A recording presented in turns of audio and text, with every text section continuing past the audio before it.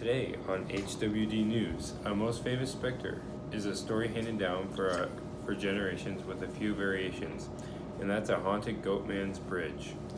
Travelers on to the old Alton Bridge, built in 1884, is a busy thoroughfare, have a long reported frightening encounters and ghostly experiences with supernatural creatures that have made it a legendary spot for Texas ghost hunters and a topic for numerous books. Well, how does the story go, Bo?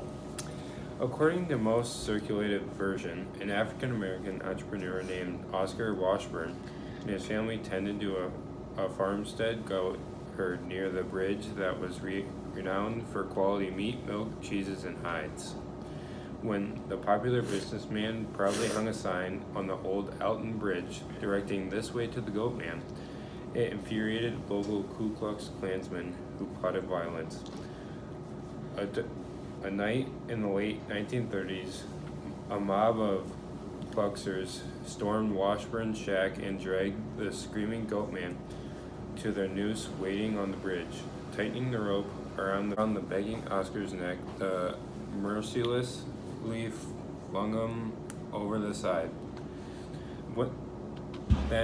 When they went to see the Goatman, they were shocked to only find an inexplicably empty noose dangling over the undisturbed waters. The panicked Klansmen frantically searched the area unsuccessfully before rushing to Washburn's shanty, setting a fire with the Goatman's family shrieking inside, perhaps to bait a desperate Washburn out of the shadows.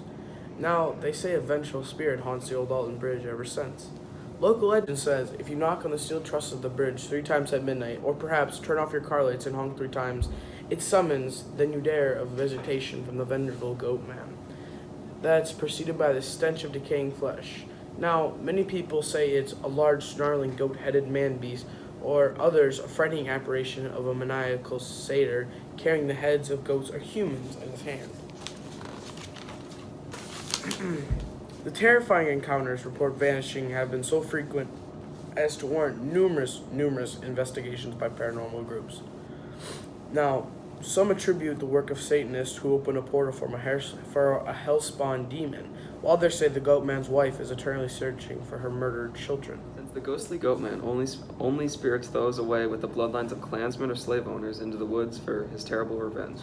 You won't find the name of Oscar Washburn or Jack Kindle in any historical records. Most ghosts are given names because we don't need to feel like we can know them.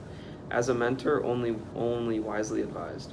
A handful of states have a Goatman tale, with Texas having a few itself, but each express unique reminders of threats from a forgotten past. So, remember, if you're ever in Texas, keep an eye out for the old Alton Bridge and watch for Goatman.